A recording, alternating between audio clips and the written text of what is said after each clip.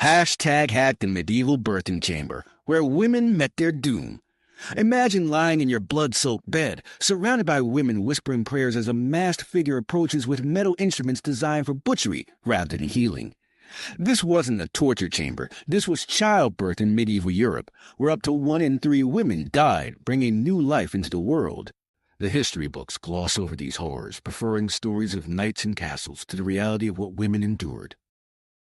The medieval birthing room was a place of terror unlike anything we can comprehend today.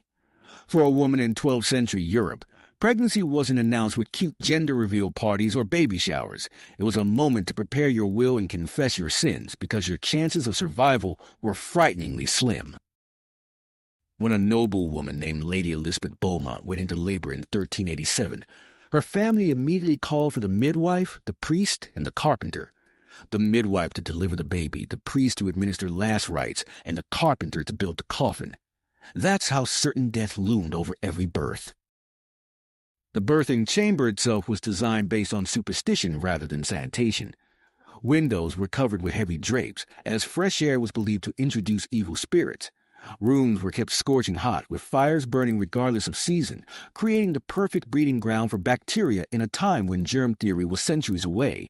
Women labored in this sweltering, airless environment for hours or days, their bodies weakening with each passing moment.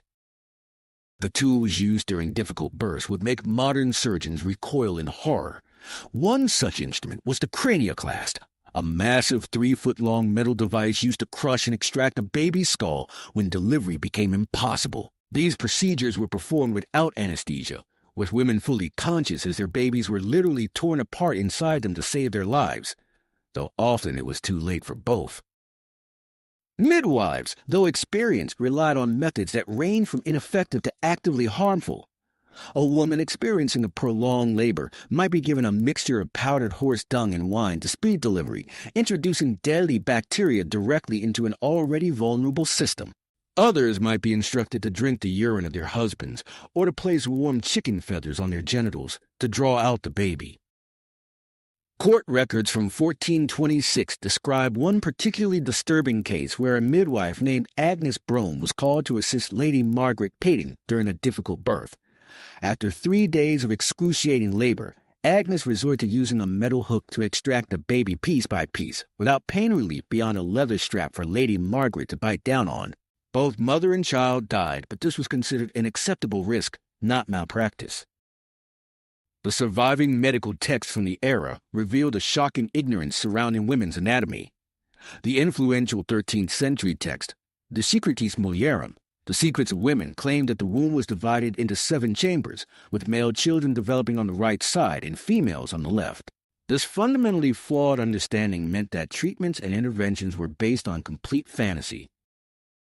Perhaps most disturbing was the fate of women who suffered from obstetric fistula, a tear between the birth canal and bladder or rectum. With no surgical repair available, these women would leak urine or feces for the remainder of their lives. They were often abandoned by their husbands, banished from communities, and forced to live in isolated huts as unclean outcasts until death mercifully claimed them. The level of blood loss considered normal during medieval births would trigger immediate emergency responses in modern hospitals. Women routinely lost over 40% of their blood volume, leading to extreme weakness that made them vulnerable to postpartum infections. These infections, known as childbed fever, could cause a woman's flesh to literally rot while she was still alive, producing an unbearable stench that would fill the entire house. But here's what the history books don't tell you. The horror of medieval childbirth wasn't just the physical pain or medical dangers. It was a systematic erasure of women's experiences from historical record. While chronicles meticulously documented battles where a few dozen noblemen might die, the deaths of thousands of women in childbirth were considered too ordinary, too female to merit recording. When Isabella of Castile, wife to Philip IV of France, died in childbirth in 1328, her death warranted just a single sentence in court chronicles. The same document dedicated 14 pages to describing her husband's hunting expedition the following month. This erasure wasn't accidental. It was a deliberate choice that reflected how little women's suffering mattered. Even more disturbing is how class determined which horrors a woman might face. Peasant women, while lacking access to even the primitive medical knowledge available, ironically had better survival rates than noble women. Why? Because medieval physicians, with their blood-stained hands moving from corpse to patient without washing, primarily attended to the wealthy. A noble woman might die from childbed fever caused by a doctor's contaminated hands, while a peasant woman, attended only by local midwives with practical experience, might survive. The desperate measures taken by women who feared pregnancy revealed a true horror of the era. Court records from 1487 document the case of Alice Wells, who was found to have consumed a mixture of tansy, rue, and pennyroyal, herbs known to cause miscarriage, after learning she was pregnant with her sixth child. Having watched two sisters die in childbirth, her fear was so great she risked execution for terminating her pregnancy. She was hanged for her crime. Now for the most shocking revelation. Much of this suffering was entirely preventable even by medieval standards.